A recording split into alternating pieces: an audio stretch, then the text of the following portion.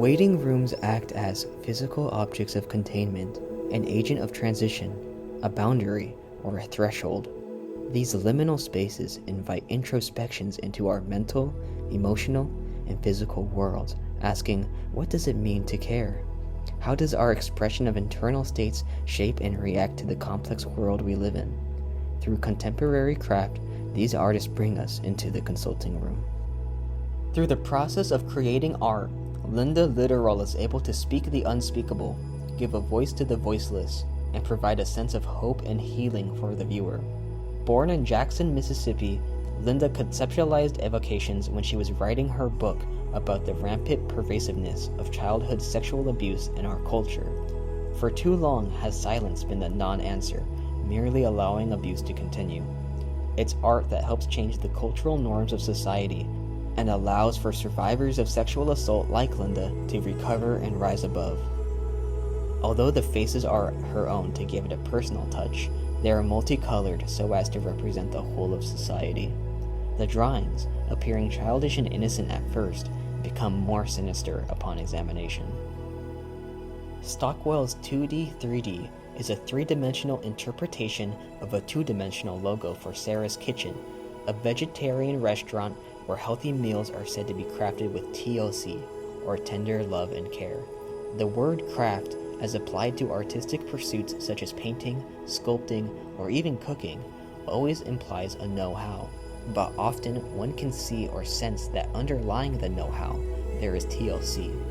And this, Stockwell believes, is evidently the case with the craft genre of art making. This object's reference point relates to the idea of caring not just about what one eats or about making healthy food delicious. This concept extends to caring enough about what one is doing, how one is doing, and why they are doing it, so as to embody a kind of love. Chrysalis is a representation of the emergence from deep depression. It's a documentation of Mitchell's own personal journey. The base is heavy, dark, and sinister, illustrating the oppressive weight of the abyss when depression takes hold. During the pandemic, the mental health of many spiraled and took a downturn. The barbed wire, a recurring motif in Mitchell's artwork, is the penitentiary that incarcerates. One can see through it, indicating emancipation and potential for freedom and transcendence. The blown and carved glass is the liberation, completing the metamorphosis. The Cure seeks to address the search for cures to various illnesses and their social cost.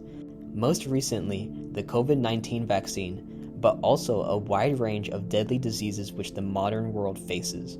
Research costs astronomically large amounts of money, but if successful, become invaluable in saving lives. Burkett seeks to engage the viewer to ponder the complex issues plaguing modern medicine, the costs, equality of care, and the potential to find cures for future and current pandemics. Charlotte Bird ponders the phenomenon of society's nature deficiency disorder. To reconcile this problem, one may try forest bathing, a stress reduction activity that seeks to slow down the psyche, detox the mind, and immerse oneself in the natural environment. Wonder is a paper memory book. Quiet, solitude, practicing mindfulness, and experiencing nature with all the senses. Wonder is a collection of rock paintings that reflect Bird's sensibilities with paint and paper. Warren Bakley's They is a ceramic sculpture with dual images on both sides, a plural sculpture. As a designer of spaces, interiors, and furnishings, Bakley's ceramic artistry is heavily influenced by architectural structure and form. The genesis of the sculpture and its namesake originates within the transgender community and their contemporary use of pronouns. An apocalyptic theme, Bakley's 2020 explores dominance, destruction, disease, and death with clay slab creations. His practice centers on architectural design that speaks to time and personal reflections.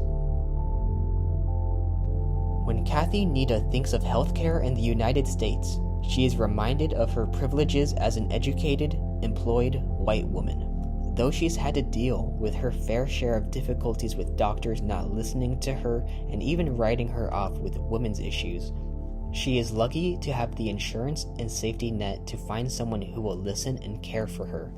Not everyone does. This fiber quilt utilizes meticulous pattern making and begs the question, is healthcare in the United States really for everyone?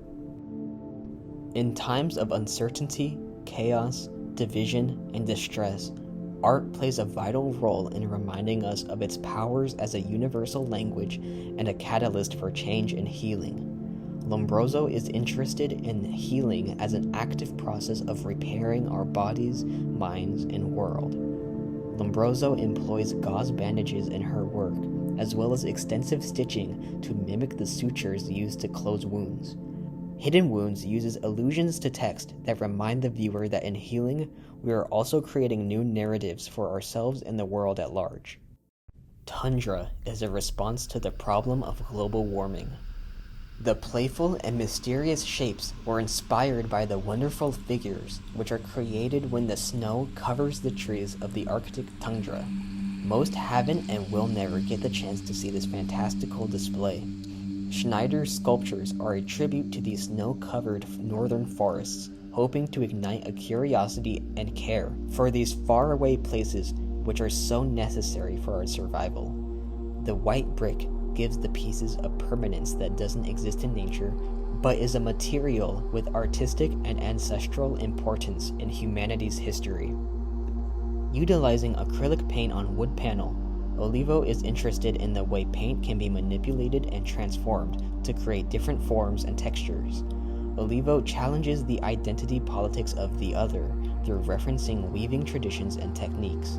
He demonstrates the versatility of paint as a sculptural medium with its inherent duality of control and liberation. Olivo controls the perception of his art through forcing the liquid medium to behave in a way not inherent to its natural state. This mirrors society's supposed recognition of marginalized groups who are semi-limited but still controlled and manipulated by society at large. Known for her signature pinch coil technique, Cheryl Tall's practice focuses on relationships between people and their environments. Balthazar was created in reaction to her experience with cancer, representing unease, anxiety, and fear. Mutually Assured was born out of the stacked personal and social anxieties of the early 2020s. Maggie Sasso and Adam Manley, two like-minded artists and educators, started from a conversation about hidden threats and the fear of something dangerous but unseen. The naval mine serves as a graphic, visceral stand-in for the lurking and festering threats we endure, first arising as a complete unknown before manifesting into a constant, mysterious, and overpowering nightmare, then as a general confused anxiety about how to exist in this new world with this thing ever present. On the small, personal scale, physical and mental health issues that fester yet never fully reveal themselves, this pain lingers below the surface, altering our lives while evading our capture. It's harmless until it isn't. Manley and Sasso have created an object that warns the viewer about itself. The ghostly mine floats calmly, while the flags warn passerbys of the imminent threat. Victoria Fu and Matt Rich's collaborative work explores the construction of complex and layered painterly and photographic figurations and abstractions. Rich's painted artwork is in direct conversation with the history and process of abstraction. On the other hand, Fu is a moving image artist whose work in film, video, and installation grapples with the folding of virtual and physical spaces. Referencing feminism, gender norms, and domestic work, this piece invites the viewer to consider how we are living in a time when work and life are harder to separate. Communication and miscommunication significantly affect our personal health, as well as the well-being of our culture. In our personal relationships, cultural interactions, and battles in the political arena, communication can lead to understanding, trust, and security. Or it could have the exact opposite effects, leading to polarization and cultivating an atmosphere of fear, distrust, and even hate. Since the beginning of the COVID-19 pandemic, the vast majority of New York Times daily headlines focus on controversial, anxiety-provoking issues, including murder rates, abortion, mental health, COVID, gun violence, and LGBT issues. Rarely does an uplifting topic appear to break the mold. What does this say about us as a society, what we choose to focus on, and how does this affect us as individuals? Pauly's works revolve around the establishment of safe places, the need for concealment, safety, secrecy, shelter, protection, and security is the unifying idea of these sculptural wall works. Utilizing fiber and hand-weaving techniques, she is inspired by repetitive forms and studies on organic structures. With nature as a partner, Pauly transforms natural materials and industrial fibers into a multitude of forms and shapes. Three-dimensional wall hangings and vessels come alive with tactical, abstract surfaces and earthy colors.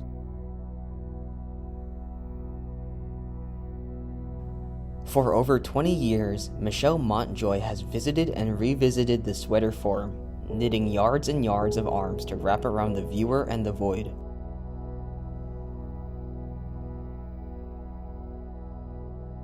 Originally from Houston, Texas, Michelle's artistry is a natural outgrowth of the multitudes of utilitarian objects she fashions in her day-to-day life in Oceanside.